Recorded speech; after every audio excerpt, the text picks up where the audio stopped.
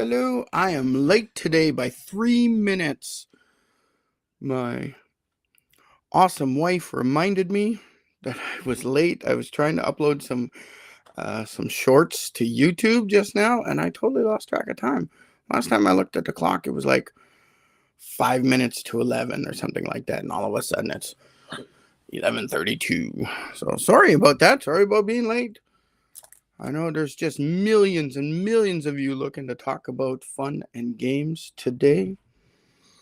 So this is the day we break away from talking about business. We stop talking about work and jobs, and we have a little fun. AKA, I ramble on about stuff that I like that you probably don't like, but you're going to sit there and watch it anyway. And of course, make terrible dad jokes. That's what I do. Fun and Games Friday.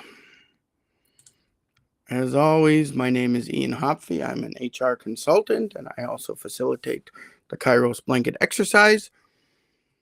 But more than that, I used to be, I guess I still am, a dungeon master for Dungeons and Dragons. Through the 90s and 2000s, I played with my friends a lot, and I just love the storytelling. I love creating these worlds. I would always create my own world because, well, I was poor and couldn't afford the packs. Now we have so many adventure packs that you can purchase. So it's really it really allows kind of a newbie or someone who's not as creative as me to have something to work with, to learn from. And there just wasn't that when I started Dungeons and Dragons because I couldn't afford it. I think they were there. They've been there since the 80s, but I couldn't afford those quest packs or whatever the heck they're called. So, I mean, if you want to start playing Dungeons and Dragons, the place you want to start is getting your own player's handbook. I love playing with the books. I love the old traditional paper and pencil game. I find that funner to play. Now we do have online options where you can run your characters through there, and you can even run your whole campaign through there. The Dungeon Master can create the maps, and then it's showed to everybody. So there's online options, and I think that's probably the way the game is going. We saw a lot of changes during COVID. Before COVID, me and my current group of friends, of players, we were playing in person, and that was great. It was nice to get together.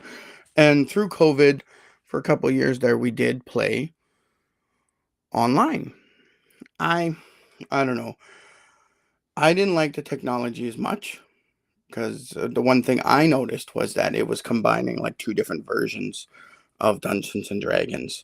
So the book that you see on the screen here, the QR code, this is the 2024 rule book.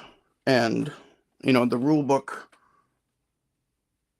I have, I believe, is the 2017 rule book, or 14 or something like that. It's the slightly older one. So on the online systems, the rules were kind of combining and working together. So if you wanted to create a certain character when you playing online, it's pulling up both rule books and kind of making tweaks. But if you have just a book and you're using that book and everybody knows what this is the rule book we're using, that's totally fine. There's nothing wrong with playing an older version of Dungeons and Dragons. Nothing wrong whatsoever. Nothing wrong with that. I'm going to do a quick check here to make sure I'm actually going live where I want to go live. Looks like I'm live on LinkedIn. Let's check the YouTube. Looks like we're going live on YouTube. Yes, it's working. And where else am I going live? I've started going live on Facebook. So I will double check that, refresh that. Now on Facebook, I'm going live from my business page. Oh, yeah, looks like it's working. It's posting. I think the only place when I put in the QR code for anything, it shows up in the chat on Facebook and on YouTube, but I don't see it appearing on LinkedIn. I'll give a quick refresh here. Maybe it's slow. No, they're not translating into a link in the comments for LinkedIn. So sorry about that. If you're watching from LinkedIn, you won't get the actual link that is being generated in this QR code. That's fine. I could always put it in the chat afterwards if somebody's requesting for it. There's no problem with that. I do enjoy QR codes, right? You take your phone and you take an image of that QR code, and just in your photo app, so your camera app, when you're taking a camera. Oh my God! When you're taking an image, taking a photo, that's when you do it. You don't take the photo, it finds it, and then there's a little thing pops up and says, go here, and you can click on it, and the link takes you there.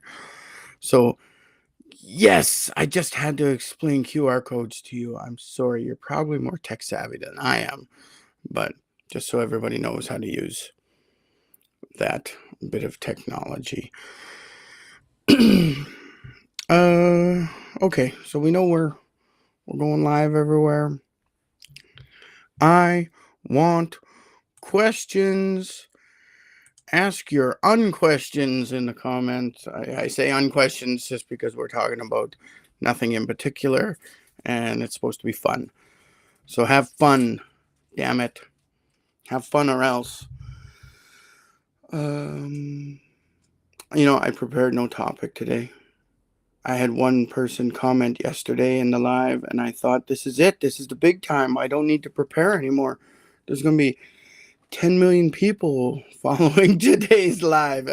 No, I didn't believe that. Sorry, that's a product placement for the evil Starbucks, which we love because it gave us the options that we needed for our dietary purposes. Since I'm lactose intolerant, I can't have dairy milk. So it allows me to get soy milk. And it also allows me to adjust. This is a mocha. I like the mocha. I like chocolate. It allows me to choose how many espresso shots I want and how many chocolate shots I want in it. And I've actually increased the espresso and decreased the chocolate with soy milk. So if I start going crazy, it's because I'm all jacked up on the caffeine. Yeah. that's my excuse. So the chat. Okay, look at all these comments coming in. Just kidding. There's no comments. Anyway, I guess I started talking about Dungeons and Dragons and talking about being a DM. And if you're doing the homebrew thing, you're creating your own world. It could be based on one of the actual Dungeons and Dragons worlds that they wrote the books about it and stuff like that.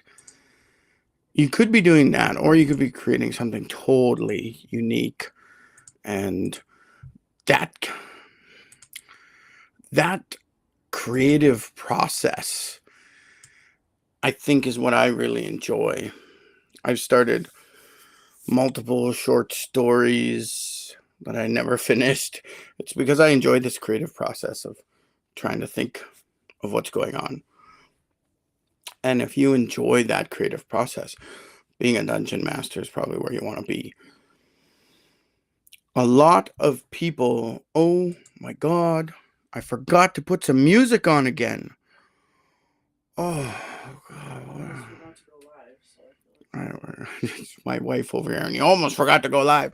Okay, fine. Let's choose something. Let's try some atmosphere background music.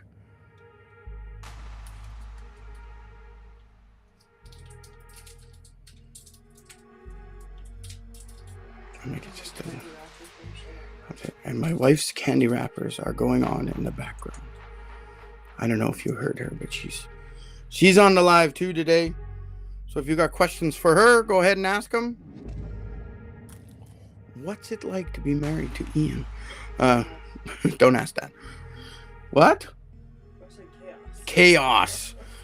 Chaos, she says. My wife says being married to me is chaos. Well, I'm live on Facebook right now. She says, I don't know. Don't watch it over there. You're freaking me out, man. So, hey, if you want to go live on me, no. If you want to go live with me, I'm open to people. If you want to join in, I'm using Restream.io. I think if we're both using Restream.io, we can probably make a connection, and I could probably get you to join in. I have no idea how to do that. I might have to bring you in before we start, or maybe I click on the plus person here. Copy invite up to 10 guests. Yeah, so I can send you a link. Anyway, today's topic, fun and games. Stop being serious. That's my wife. She is sicker than a dog over here, so she's coughing in the background. I'm not being attacked by some sort of Star Trek monster. That is not happening. Not today. Not today, Star Trek monster. It's probably aliens. Oh, it's always aliens with me. I love the alien movies. I think the alien movies love me. I am not still terrified of the aliens. My wife is being such a peanut gallery over here. She's gonna have to just get a mic. It's official heckler, she says. I don't know if you heard that. I have this really amazing microphone, so you probably don't hear anything she's saying. That might be a good thing.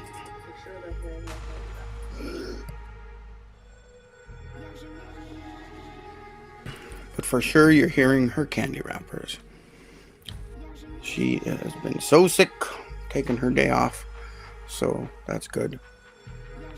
Where has she been the last couple of days? She's been sleeping. She's been sleeping in the other room, and there was only a chance of hearing her snore, but it wasn't that bad.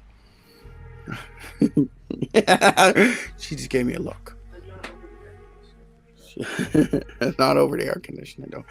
But I try not to have the air conditioner on while I'm going live because it makes this constant background noise. Except this microphone is so well that people have said they don't hear the AC in the background.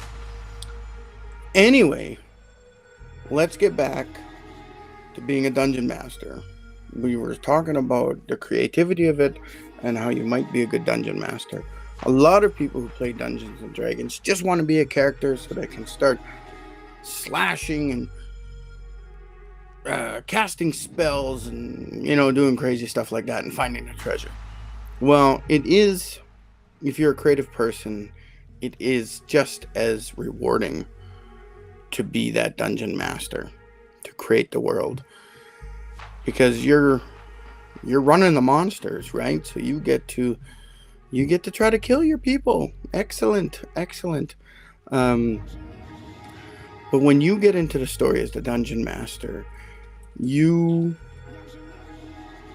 are part of the story too.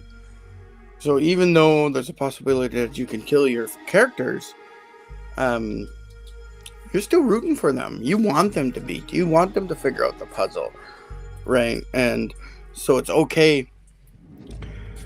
It's okay for you to change the rules or change the conditions on the fly.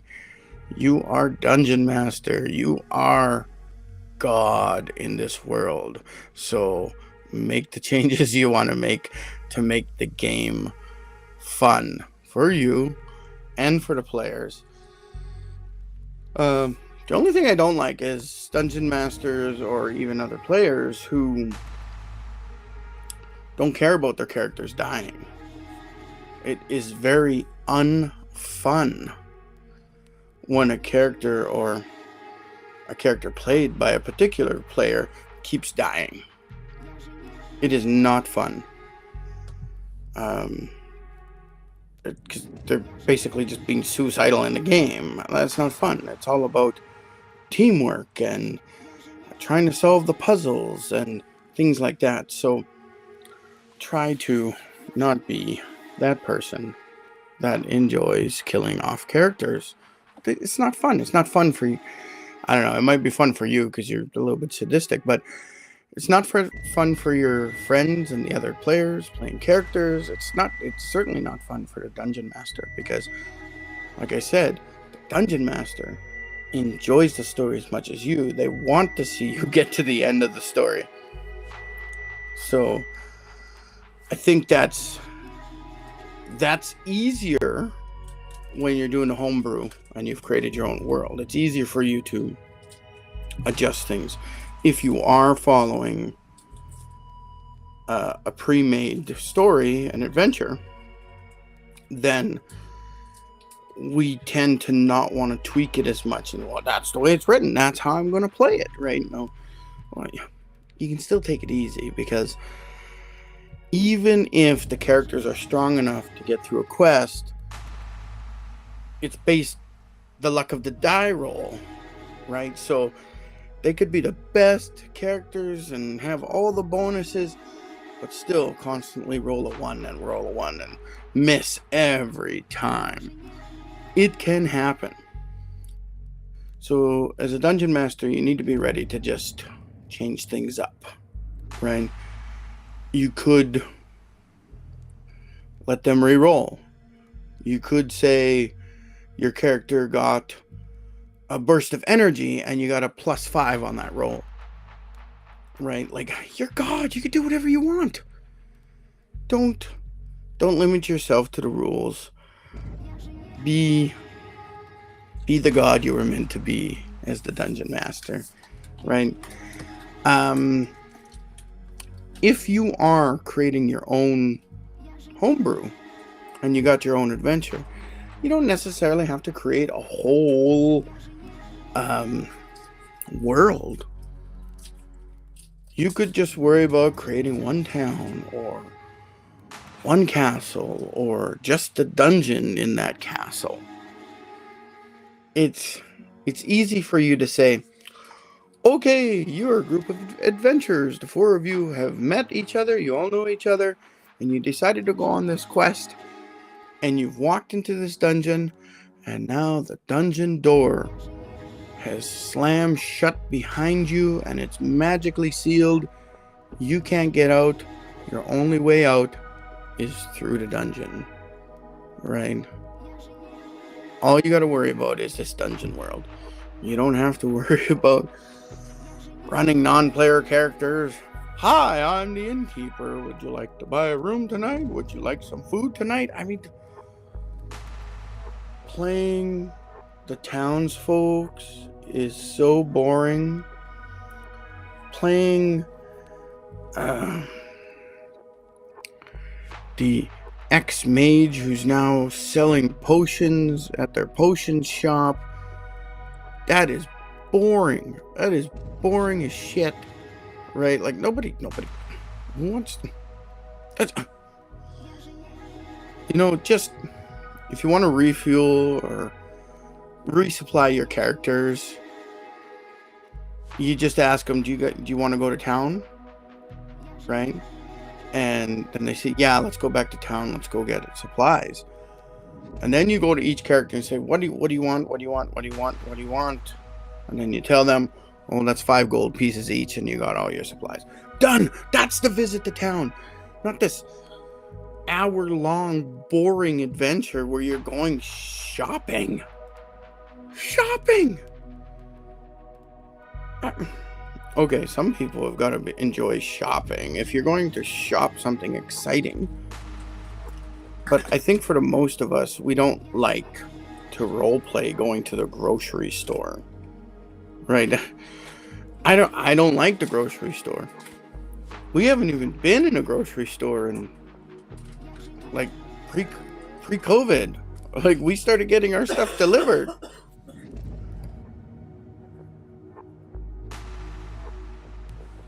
Sorry, coughing. Right, nobody wants to roleplay going to the corner convenience store. That's about the lamest thing ever. Let's roleplay the interaction with the bad guy. Let's roleplay the interaction with the dungeon monsters. Right, let's roleplay those battles. Let's make it good. Let's do something fun. Even traveling. Oh my god, traveling. There's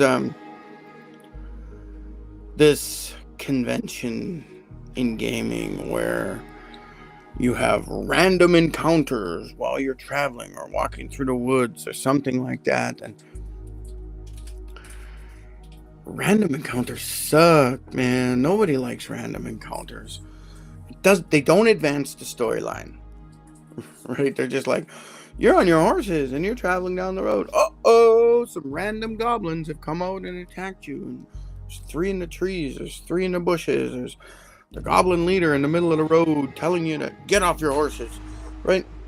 Oh, that didn't advance the story. Did you find a clue that was going to help you get into that dungeon when you get there? I used to spend, when I first started Dungeons and Dragons, I spent a lot of time out of the game creating encounter tables. So within an encounter table, you take an 8 and a 12-sided die and you roll them. And the encounter table is set up so that those with the most common rolls are like a common creature you would meet on the road. Oh, you met a human on the road. You met a wild animal on the road, right? And as you roll lower, like if you roll a 1 on each die to get a 2, then you would be like, oh, you run into a dragon. Or if you got a 12 and an 8, so you hit the full 20, then you hit a different type of dragon, right? And encounter tables could be fun for a long adventure, but I just don't think they advance the story. So think about advancing the story as quickly as possible. What really is going to happen that would benefit the players? And you're thinking, well, this is a way for them to get experience outside of the main adventure or whatever. Well, shit, just give them more experience, right? Oh, along the way, you guys traveling to this new town, you guys had several encounters. You survived them, no problem, but you each gained 500 experience points. Done. You found a way to give your characters more experience points. So now they're at level 2, because I think you need 300 experience points to get to level 1, or to get to level 2. So when they arrive in the town for their first adventure, they're magically already level 2. Yes! Right? There's ways to do this. You don't have to be exact and follow the rules, because you are God. Now, what I wanted to talk about, right, if you're the Dungeon Master, you're going to want to get the Dungeon Master Guide. Here it is. This is my version. This again is the 2016 or 2017 version. Where's the print date on this? 2014. So this is the 2014 version of Dungeons and Dragons, the Dungeon Master Guide. If you're a Dungeon Master, you should get that. Yes, it's a little more expensive. It means that you're spending more money on books, but it talks about the back end, the mechanics and things like that. It allows you to create the world based on the rules. But like I said, you don't necessarily have to do that.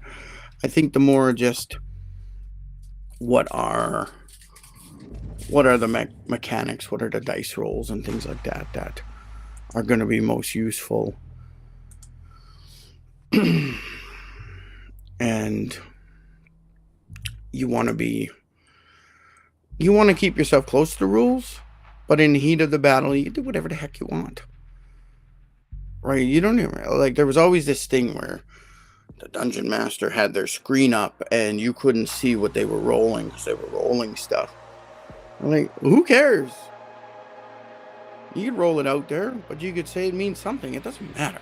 Just roll a die to scare the players, right? Just randomly roll a die and look at it, and then just carry on, right?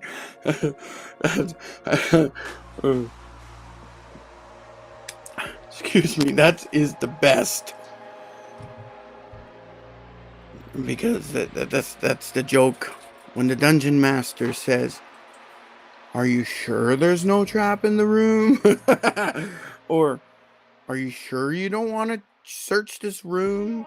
Right? Those are the cues that the Dungeon Master is saying. Well, you know what? We can get away from that. Again, if the characters don't search the room or something, you just say, "Oh, Paladin, your character notices something in the corner. Go have a look." Right? You didn't roll anything, but you had to make sure that they got the clue, or they got the magical key that was inside the skull to open up the other room, and the 4 hallways and rooms away from this room in the dungeon, right? Like, you needed to get that to them. So what's wrong with, "Oh, and by the way, because you were able to see that, you gained another 100 experience points." Oh, like, it doesn't have to be, "Oh, their characters didn't search for anything in that room, so they missed this thing." So in 4 hallways and 4 rooms later, when they're trying to get through the door, they're going to be like, "The door's locked. We can't get through it. What did we miss?" Now they're going to spend the next 2 hours of gameplay going into every room, searching every nook and cranny, and it's just going to be stupid. It's a waste of time. If they're about to leave a room without finding what you need them to find to advance the story, just give it to them. Just give it to them. It's okay. So, if you're doing the homebrew, you might need the Monster Manual. Yes, the Monster Manual. Again, this is the 2014 version, I believe. But the monsters don't change that much. September 2014, yes. So, in the Monster Manual, it has all these amazing monsters, including the dragons that you're looking for. If you want to build a homebrew adventure, get the Monster Manual. Find a really cool monster that you like. There is challenge ratings for each monster. So once you learn the rules and what it means, what the challenge rating means, if you choose a certain challenge rating, it means that's the challenge rating for 4 characters at a certain level. So you know that if you want your players to reach a certain boss character, a certain main enemy, by the time they get to that enemy, they need to all be at a certain level based on the challenge rating. So you can reverse engineer your adventure, right? You've chosen a monster, all your characters need to be, at least level 8. You need 4 level 8 characters to beat this particular monster and this challenge rating. And a bonus to you is if there's special abilities for that creature you've chosen, those are the magical items that you may want to have them find that will help them with those special abilities. So if you're looking at something like a beholder, well, each eye on the beholder does something different. So maybe you want the characters to find certain artifacts that will help them with saving throws against those particular eyeball weapons.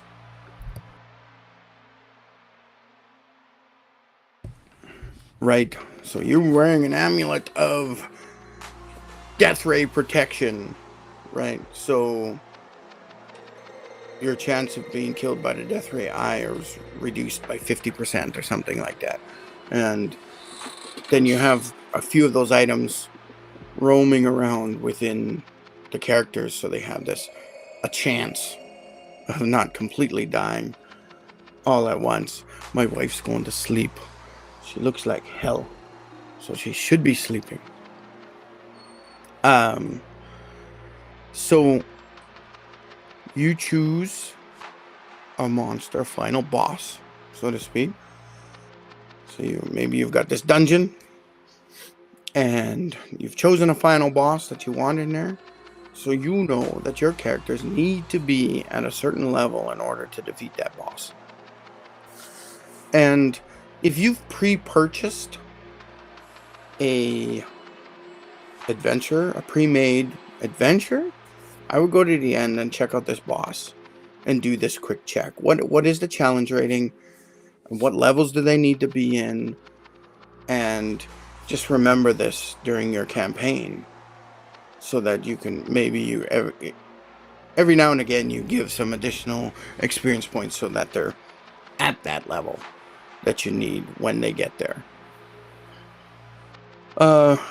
If you have a couple characters that are higher level and a couple characters that are lower level, but you've sprinkled in some specialty magical weapons or magical items, or given them a special permanent new spell that you've created, not necessarily one from the player's handbook, but you've created a spell that they learned along the way because you knew they were going to need some help and support. I mean, that makes it fun for them because they're getting cool stuff and they're increasing in level, and when they get to the final battle, it's not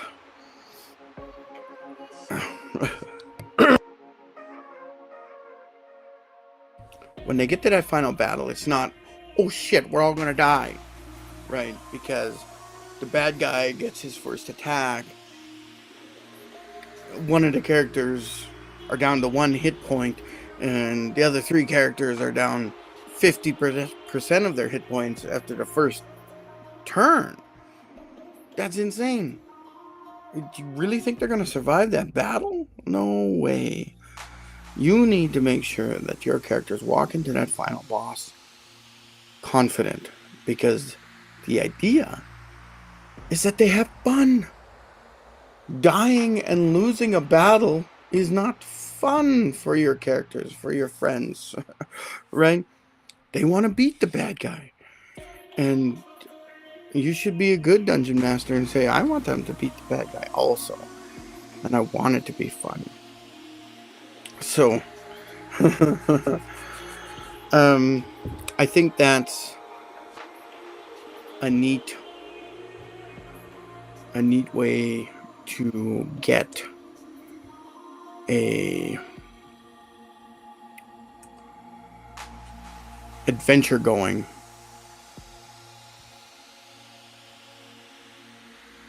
Now, there's something I've got.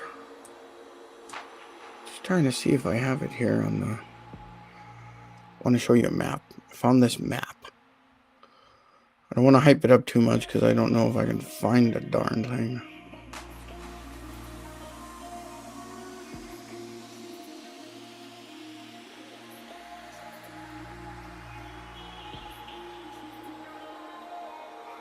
don't even know where it would be.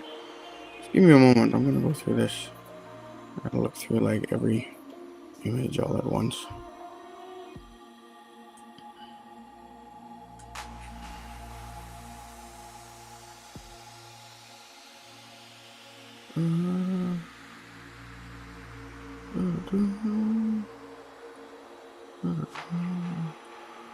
Thought it was in this directory. I thought it was in the cloud. I may be lying. Maybe a dirty liar.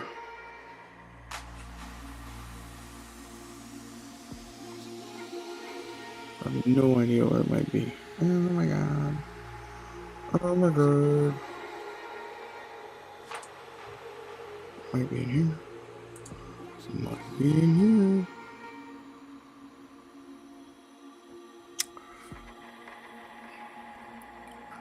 There is a map that I totally love because I'm a little more old school. I like the dungeon crawl where you're trapped in that dungeon and that's what you got. And that's not it. That's not it.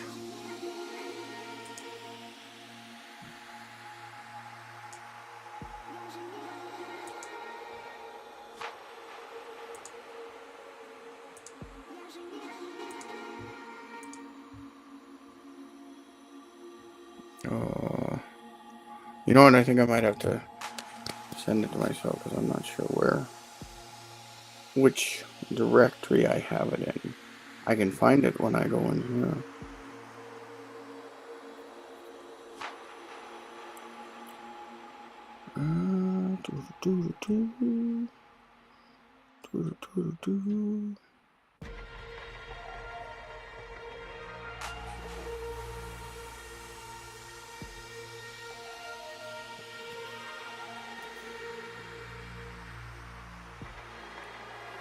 Yeah, I'm still on. My wife just came out of the washroom, so it was like, oh, let's see if I can just share it to the computer. Oh my god, I have no idea how to.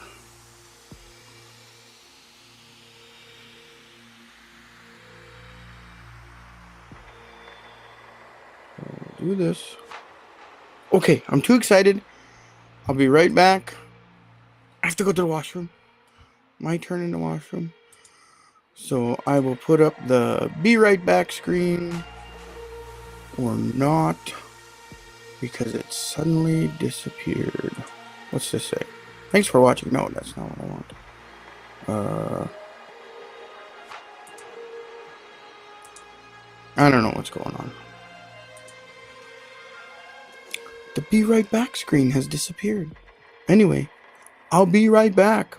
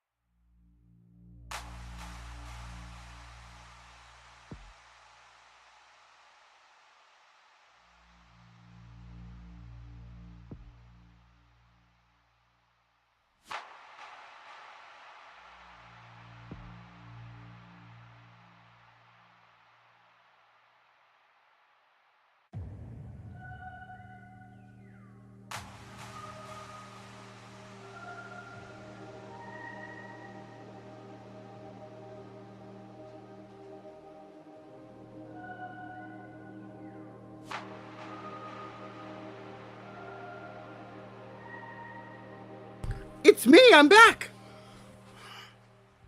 All right. Sorry about not having that be right back screen up. I don't know where it went. It was, oh, breaking news. No, it's not breaking news. Upload one. You know what I should do? I could probably play videos on this. I could pre-make a video and play it while I'm going to the washroom. That might be good. You know what would be nice? If I had someone else hosting with me. Then we can just cover each other for washroom breaks. So that's all right. I don't understand why that be right back disappeared. But anyway, going to share this image, this map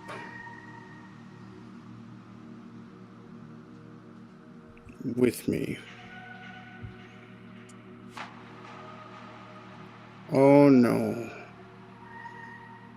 I had to turn on the Wi-Fi. No, that's not good.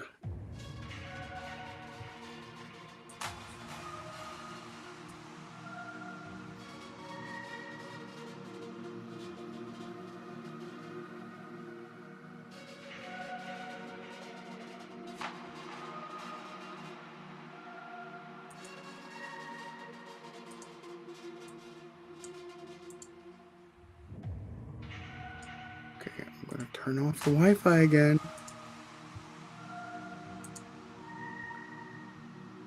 So I don't know if that affected the stream, having to put my Wi-Fi on and then turning it off again.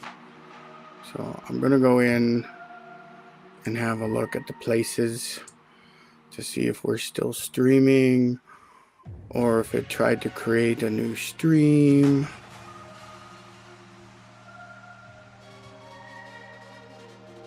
Looks like I'm still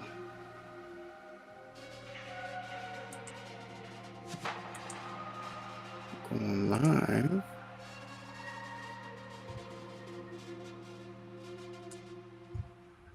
And yeah, I don't know. That's a bad. That was me not being prepared. I apologize if the live stream cut out and started up again. I hope that didn't happen. I hope we're still good and still running. It says I'm still live on all the places. So let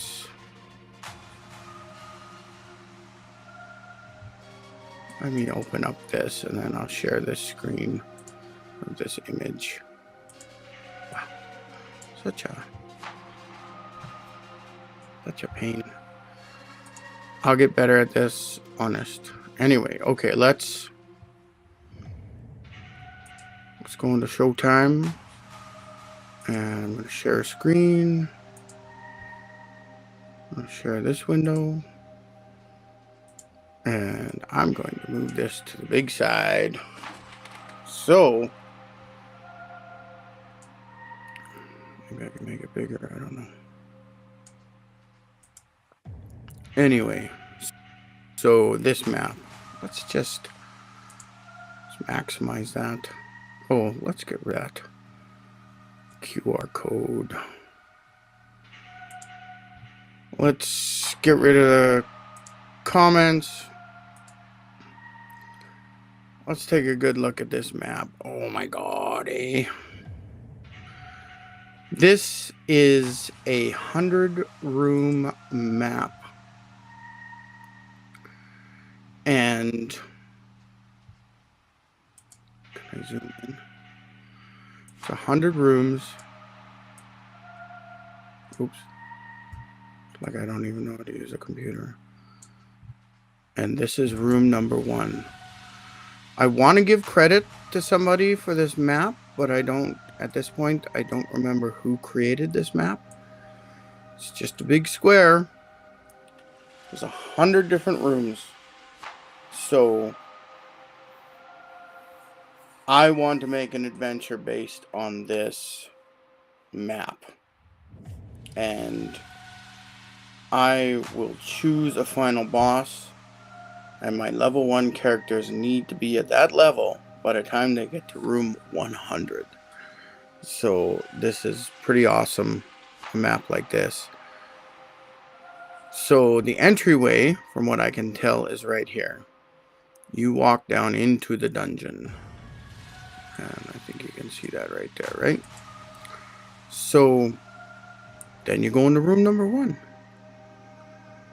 And now you have these different numbered rooms, so you control your character's movements by saying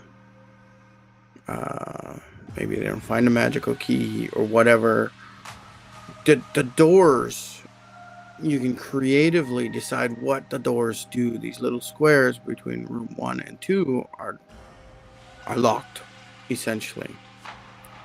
Or the ones that are all in sequential order are unlocked, and you can only go through the next door, right? So if you're in room number 1, room 49 is still locked to you. Room 50 is still locked to you. 51 is locked to you. Whatever room number this is down there, that's locked. The way into room 52, that's locked. 53, that's locked. The only door you can find to get through is number 2 at this point. Right? And then that takes you, oh, there's a 2A room, right? But you can't get out that door because those are 20s, right? So you control each room, and you can decide what's in each room, and you can decide if there's a safe room, because this could be, with a map this size, this is a multi-session game. Maybe your adventures are only getting through maybe 5 to 10 rooms per session, right? So they got to fight their way through these rooms, and let's say they get to room number 5, and that's a safe room where they can lock this door behind them, and they can rest here. And then in the next game, the next time you guys meet, they will come out of their protected room and do 7, or do 6 and 7, 8, 9, and then get to 10. Maybe 10's another safe room.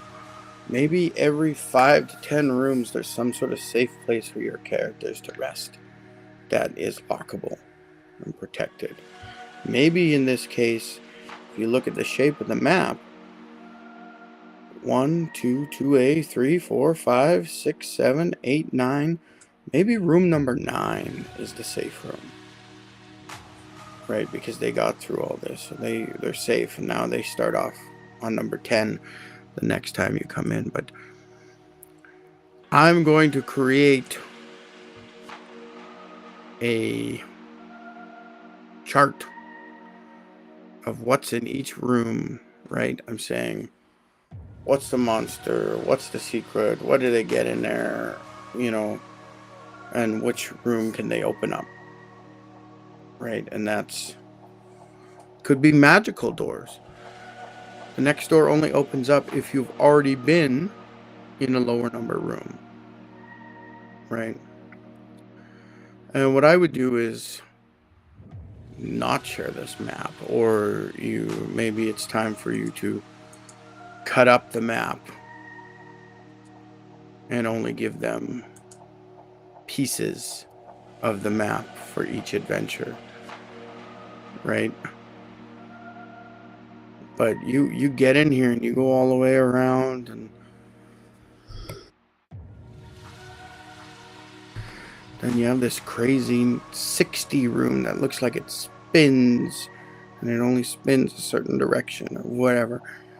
Maybe this only spins when you've done something, right? This room will only move to the next one if you've completed what's in 59, and you have that magical key or item, and you take it to 60, and then it turns, and then it lets you get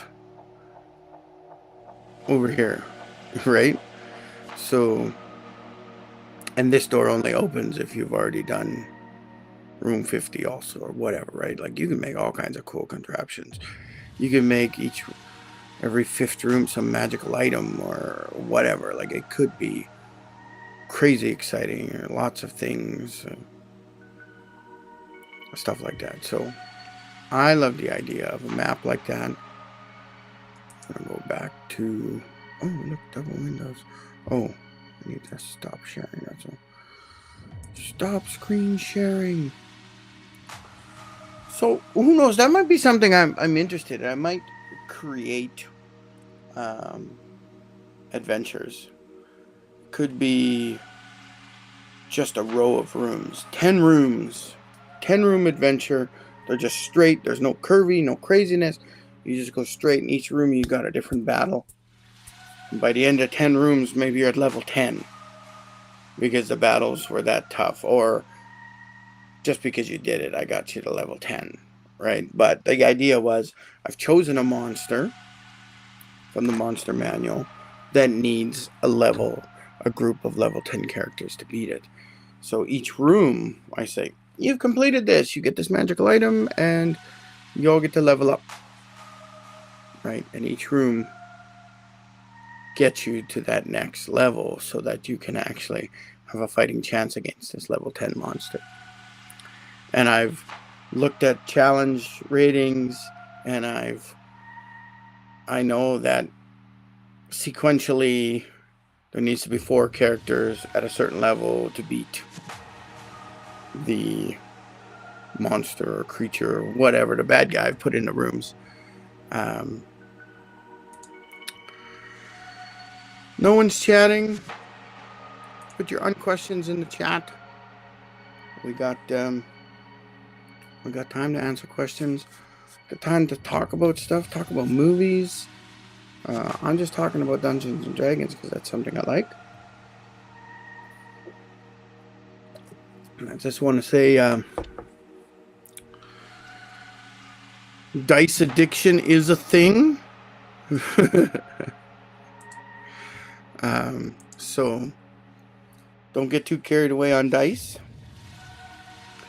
And I have noticed that depending on the dice, they could be biased. I have seen dice that roll high all the time, and I have seen dice that roll low all the time. And maybe if you're the dungeon master, because the weighting's off on that particular die, maybe you choose the low rolling die so that your characters can beat the game better. Right? I know every character, they're like, I gotta look for that die that always rolls high, right? So that's a given.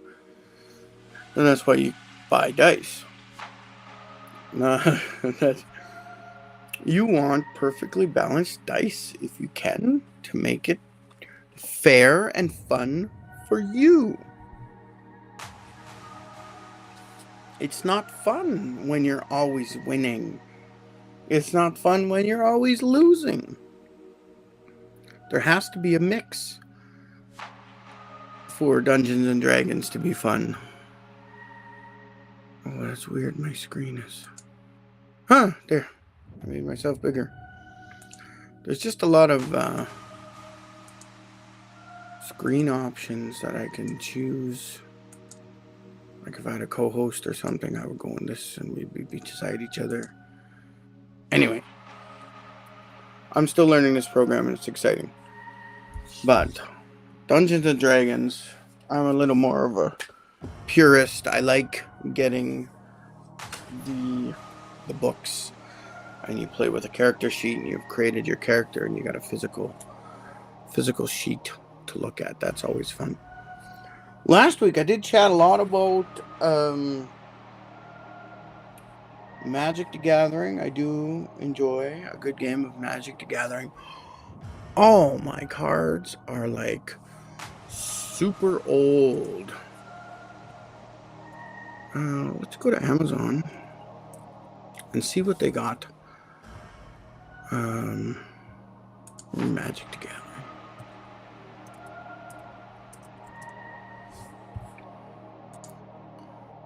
Magic the Gathering. So Magic the Gathering has taken me to some weird search thing.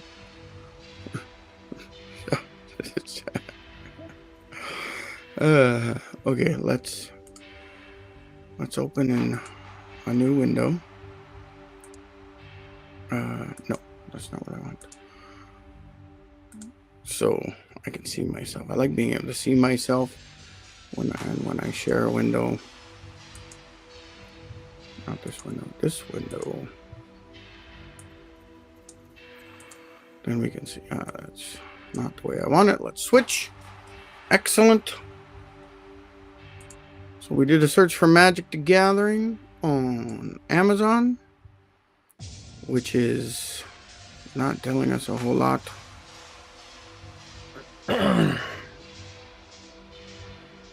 Magic the Gathering, you got Commander decks, Final Fantasy.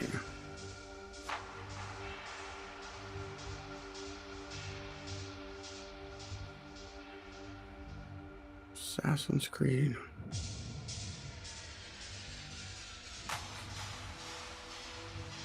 Somebody's just reselling stuff.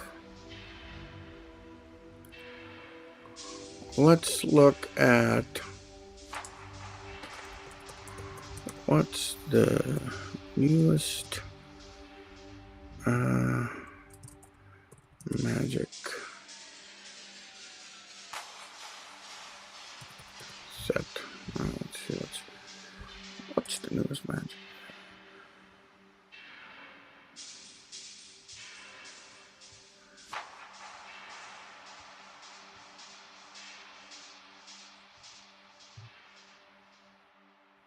I haven't even looked at Magic the Gathering. Marvel Spider-Man. Okay. Talk about a sellout. Marvel Magic the Gathering cards. Shut up. No way, man. No. Where have they gone?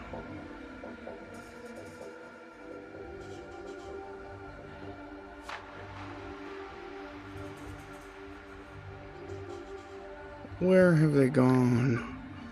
I just want the newest solid edition. What are we up to? Magic 10 or something like that right now?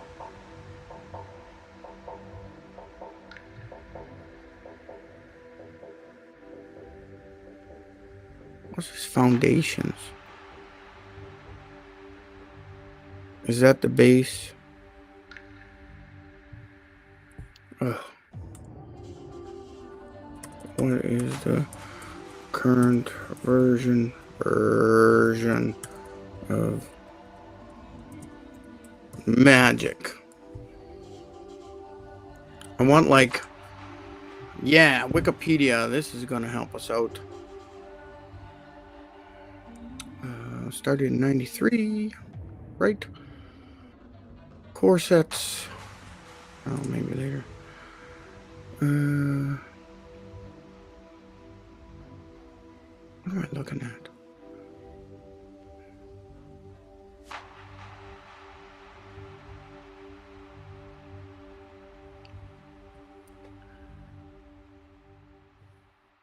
What's the red mean? What is charging? Total cards, common, uncommon, rare. Okay. Release date.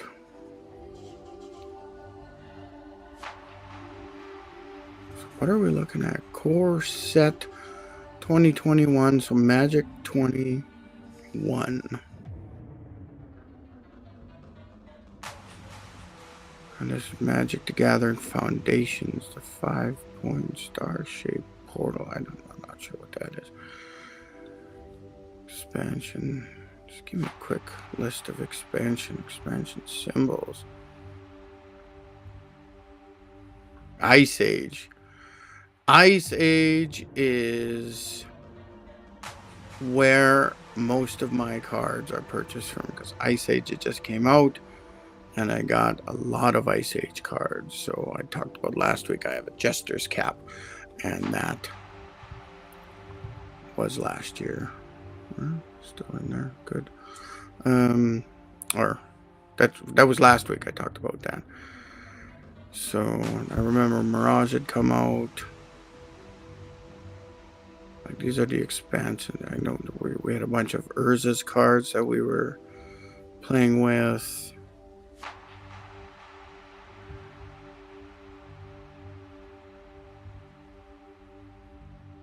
Like a lot of these. Oh my god, I don't know. There's so many cards I haven't been able to purchase over the last 20 years, 25, pushing 30 years.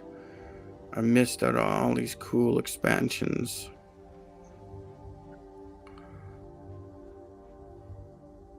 Force it.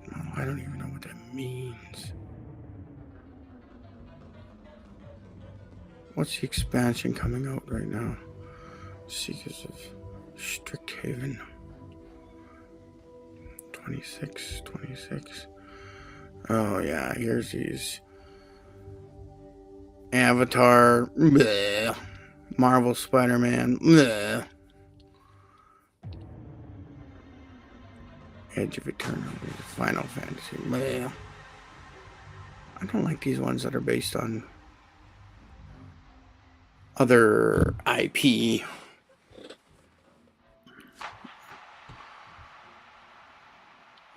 Three sets. Compilations, reprint sets. So let's just go back up to the top.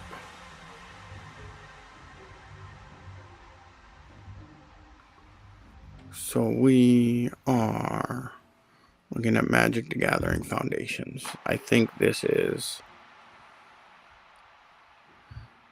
not very good. But let's go back to the Magic website. Learn more. What is Foundations? Is this the base?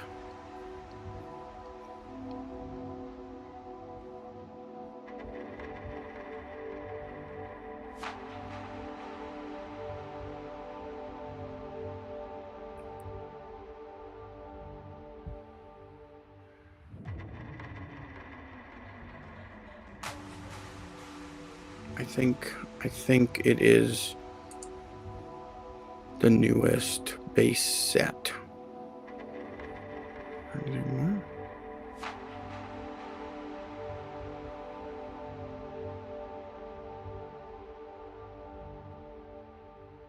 Yeah, I think this is the base set Magic the Gathering Foundation. So when we look at this, the core set, right? The last one came out 2020 for M21.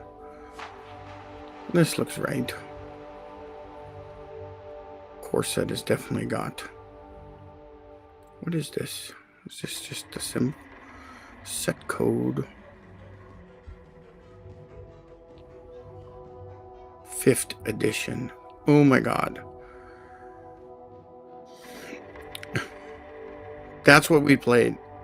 I played 5th edition for the most part. Oh my god. Oh my god. So we're looking at Magic the Gathering Foundations. This is the new stuff. This is what you want to purchase.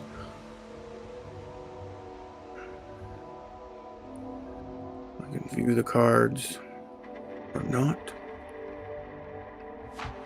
Maybe it's coming. Maybe it's not. Remember, ask a question if you want to chat about something. We don't have to continue chatting about Magic the Gathering. This is something I'm interested in. So Magic the Gathering, card image gallery. Right, this seems like the newest set. The white cards.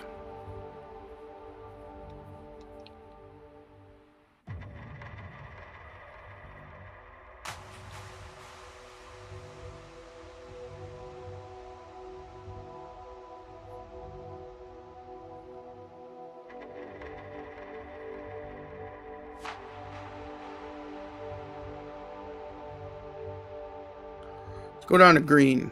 Green's my favorite, so we'll find the green. Wherever the green starts.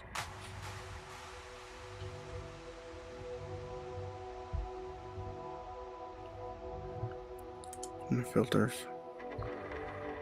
Oh yeah. Show us only the green. Oh yeah. Hide filters. These are the green colors. Now floors. Well, look at that raccoon. He's got forks in his. What do we call that? It's not his sword. Got some beasts. Got some signed art cards. Ambush wolf. Crackling.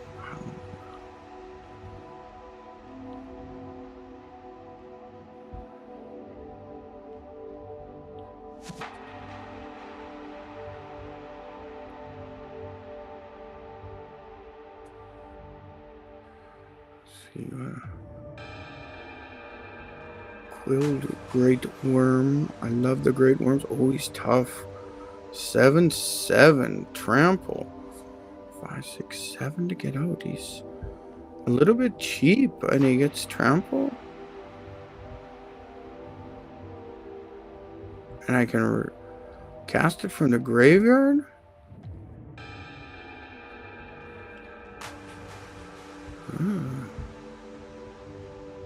I like the scaled worm. That's the one I had. But there was no specials on it. There was nothing neat about it. It was just a 6/7/8 to get out.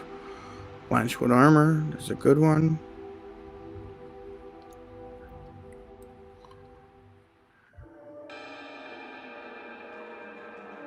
Double C. Yeah, I want to get back into buying some cards as soon as I start making some money. Llanowar Elves, these are like one of my go-to in my green deck right now because they add that 1 mana. They're 1 mana, 1 green mana to get out, and next turn, once they get through their summoning sickness, you can get an additional green out of it. So, plus there's a creature to help defend you if you want to defend. It's only a 1/1 creature. That's not why I have them.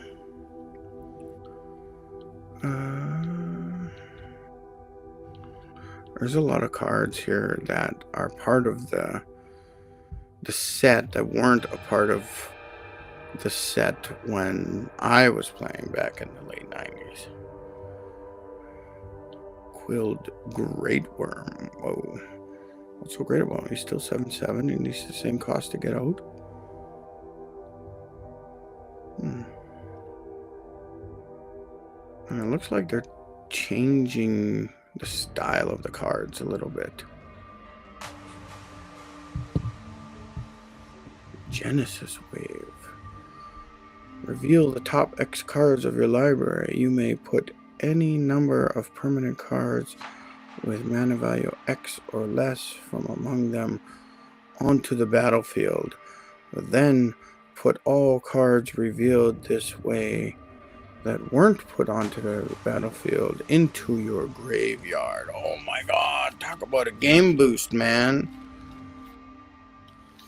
If I had that in my green deck is designed to bring out lots of mana real fast because I'm trying to get my scaled worm out. Now imagine I get the scaled worm out, which cost me 8. Well, at the end of that turn, I believe I actually have 10 mana available, and they're all green. So 1, 2, 3. So I could do 7 and 3 green and just do some crazy stuff. Pulling out those cards, that's crazy. That's an awesome card. Genesis Wave. Oh yeah. Oh yeah. 12/12 creature. What the heck? Gulta, Primal Hunger. Legendary creature. Elder Dinosaur. This spell costs X less to cast. where X is the total power of creatures you control, and it has trample. So this is 12 to get out, 10 of any color or colorless, and 2 green. So to get this out, this would work in my green deck. I could get this out on the 4th turn of my green deck. Massive, massive creature. And this spell costs X less to cast, where X is the total power of the creatures you control. So if I already have my Scaled Worm out, it is a 6/7. So if that's the only creature I got out, then this ends up being a 4/2, because the power, I can't remember if the power is the first number or the second number. The first one's attack, the second one's defense with that slash. So I think the power is the first one. So this would make it a 4/2 to get out. I really could get out multiple Galtas.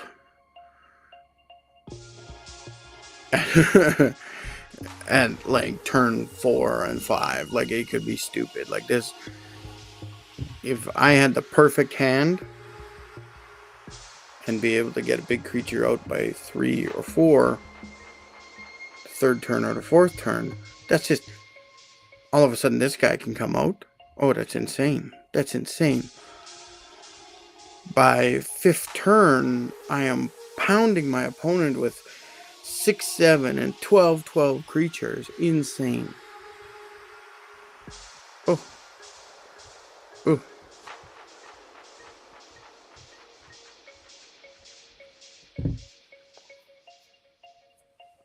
You can get boosters and whatnot.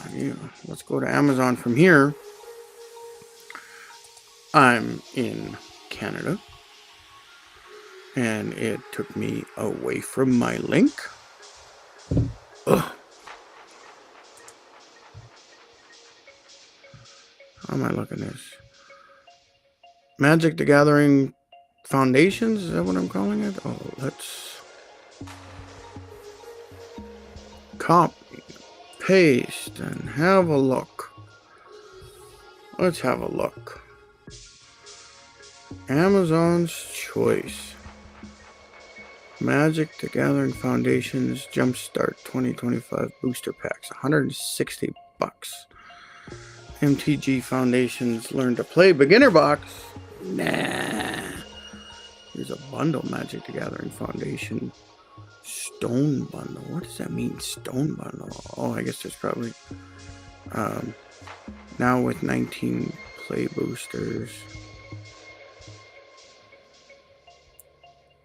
Starter collection. Starter kit.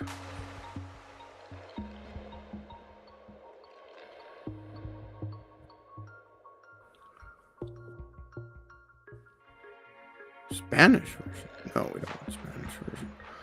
This is what we want. It says Amazon's Choice up on here. Magic the Gathering. One anime-inspired card in every pack. Alright then. Let's look at these photos. Okay, that's somebody playing. That's the booster packs.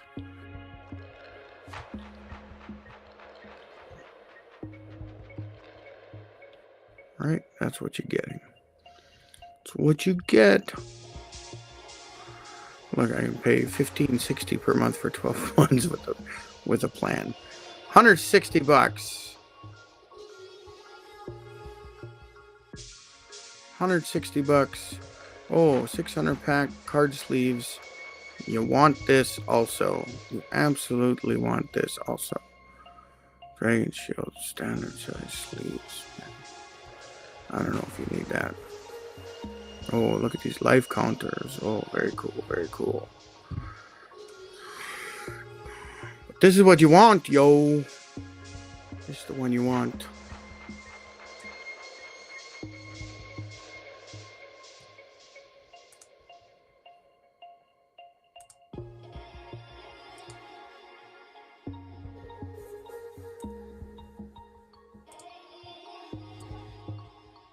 So I'm going to create a QR code. So if you're interested in Magic the Gathering, you can go ahead and purchase that.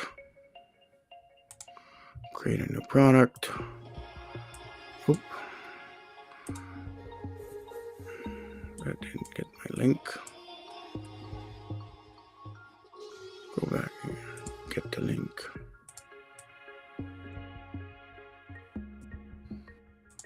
And I'll put it in. Boom. And I'll upload the image. Send the downloads. Oh yeah.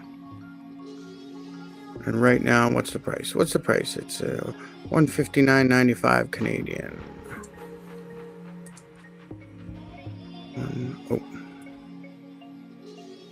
$159.95 Canadian.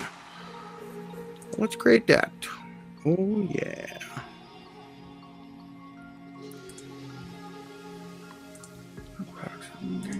So let's get you some magic going. Yeah, man. Stop sharing screen. Now, I created this mainly for myself because I'm probably going to go back to my probably buy a pack of that stuff. And it is, God, it is so much fun to just randomly open a pack. Now, could I make money selling this online? Could I buy this Magic the Gathering booster pack? How many packs are in it? How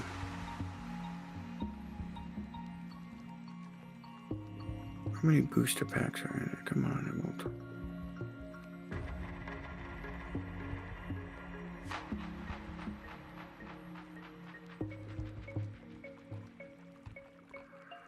It's not telling me how many booster kit packs are in it. Why not? Why not? Oh, there's only saying one left in stock right now. Wow. Wow. I guess I'm not buying that one. I'll have to buy another one. About this item.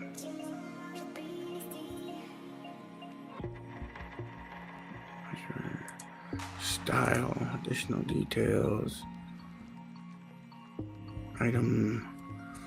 Oh my god.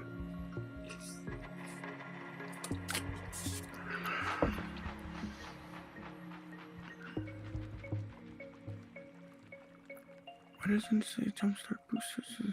24 booster packs. Oh my god, it says right on there. 24 booster packs. So if we're looking at $159.95 Canada, you're gonna get GST 1.05. You're looking at there might be some shipping depending on your Amazon account, right? So you're looking at $167.95 for this if you purchase this right now, Magic the Gathering Foundations. This is a booster pack, so there's a little 24 booster packs. You divide that by 24, comes out to $7 a pack. So if I purchase this and I decided I'm just going to flip the cards, I'm not even going to open them. I'm going to sell them individually.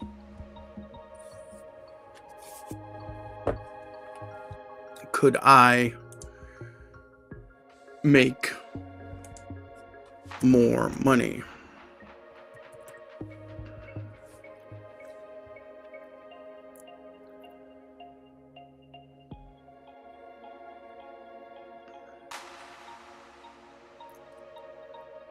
Okay. So I'll share this screen again. Over here, sharing my window again. We got, let's move that to the big side. So we got booster packs. They're selling 3 of them. This is the same cards, but there's only 3 of those booster packs. So this guy has them down for $39.73 Canadian times 1.05. It's going to cost you about $41.72. So we divide that by the 3 booster packs they have here. That comes to $13.90. Now we know if we purchased, if we purchased the big pack at $79, well, we see it here on the screen at $159.95, they come to about $7.99 each. Each of these booster packs that is on the screen right now is $7.99. They're selling them as 3 packs for $13.91. They're making what, 13.91 minus 7.99. They're making $5.21 off this sale if they purchase that big pack retail. So $5.92 times the 24 of these packs in that original big box. That means you make a profit of $142. Oh my God! You didn't even open them. You didn't even get the enjoyment of playing them. But you made $142 if you resold these. Now, do you have to resell them on LinkedIn? No. Or on Amazon? No, you don't have to resell them on Amazon. I'm saying if you've got collectibles and things laying around the house, or if you want to try to flip something like magic cards or whatever, buy them in bulk right here. $160 plus your taxes, maybe some shipping, and then you sell the individual booster packs. There's 24 of them in there. You sell them all on Whatnot. You join Whatnot right now and you see it's like live social selling. It's like this. Hey, here's a product. Purchase it right now. Here, purchase one. Right? And you make some money. You make almost your money back.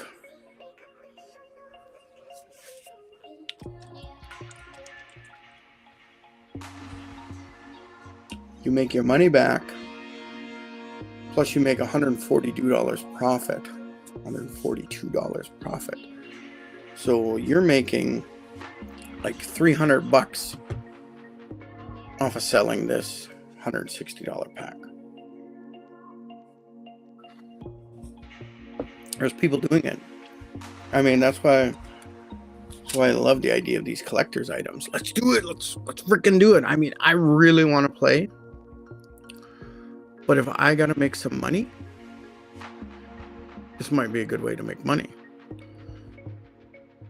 You give a few away on Whatnot. You give away some prizes. Maybe you do a special open pack and you open them. And maybe people will start bidding on a higher price for it. So what? You could make some money. You'd be flipping magic cards like this. You just go find the cheapest box you can, the 24 booster packs, and then you sell them for individual packs. And they're easy for you to ship. They're super light. You just need like an envelope or something. And the Whatnot has a special shipping service that they have built in. Here in Edmonton, you'd have to go down to the Unlimited Edmonton office and send your shipping off there. I think there's a place on the south side also. But if you're going into Whatnot and you're using this shipping service, it makes it easy, makes it simple. Excuse me. And if you're selling something super light, super small like this, oh, easy. Hardly any packaging. Simple.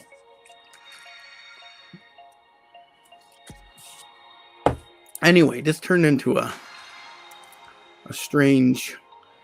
I was talking about Dungeons and Dragons.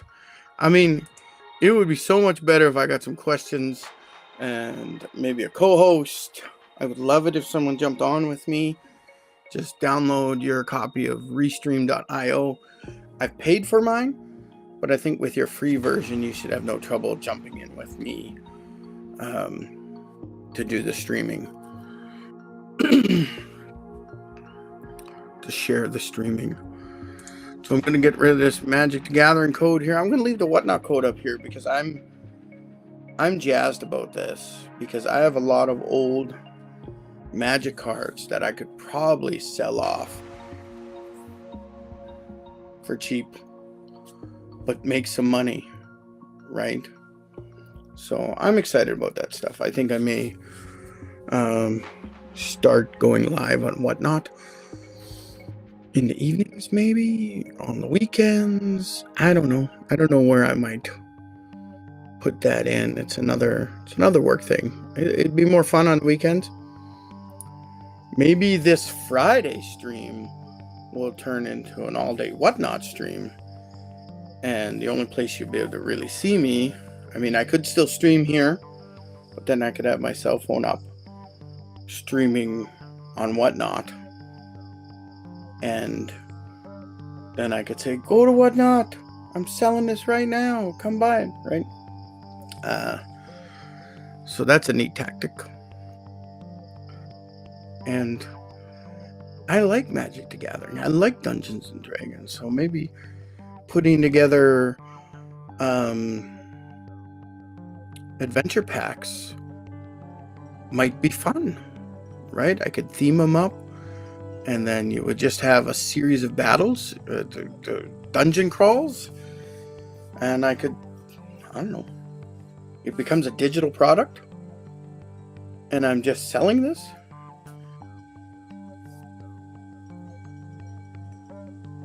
Maybe that's worth something, right? And I think that'd be so fun to make money doing something creative like that. I think I would really enjoy that.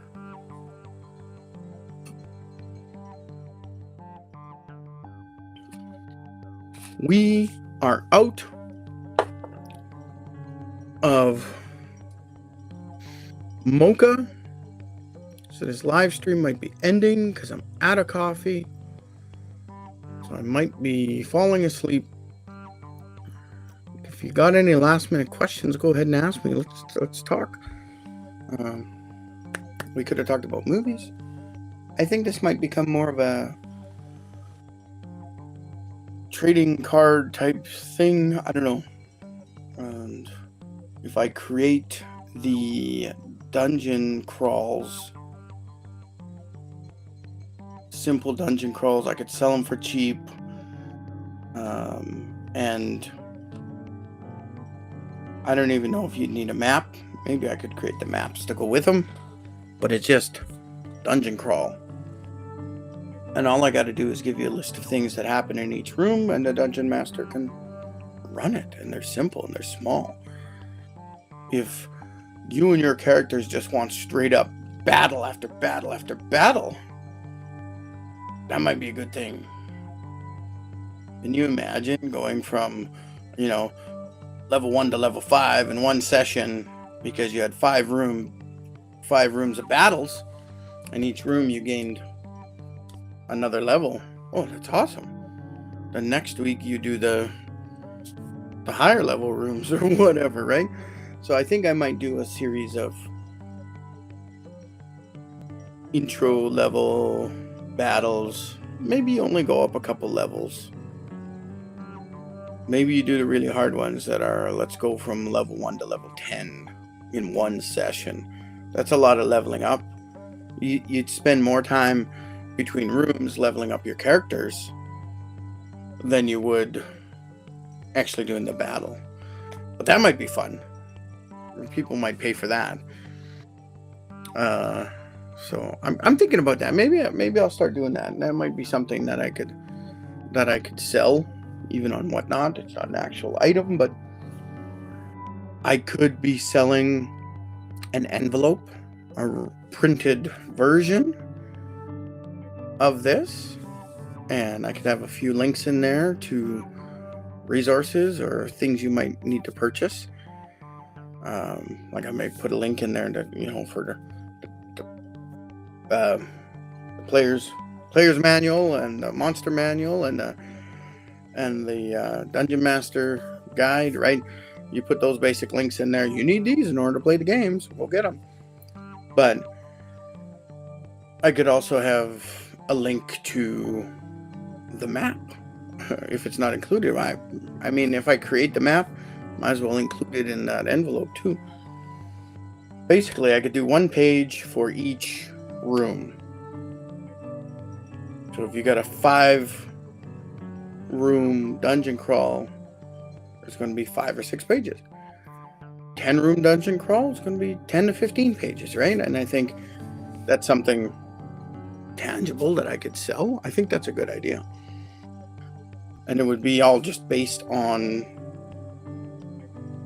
the game, and you would have to make sure you had your own monster manual or whatever, because that's where the monster stats are, or if you could search for it online. Maybe I could do that. That might be fun. That might be real fun. Then I could do print on demand, right? Like if I manage to sell,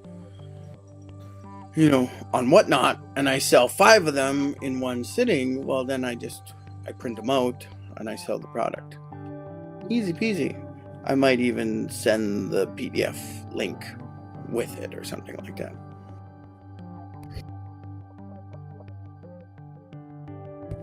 So think about your favorite trading card games. If you have the ability to buy a big pack in bulk and then sell them smaller, that's something you could do.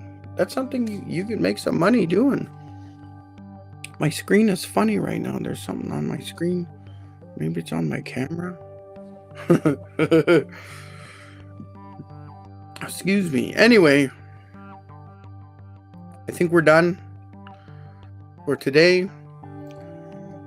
Hope it was a good discussion. If you watch this, I'm sorry if it was boring. It'll be more interesting if people can watch this live and ask me questions and get a conversation going. I think that's a better situation.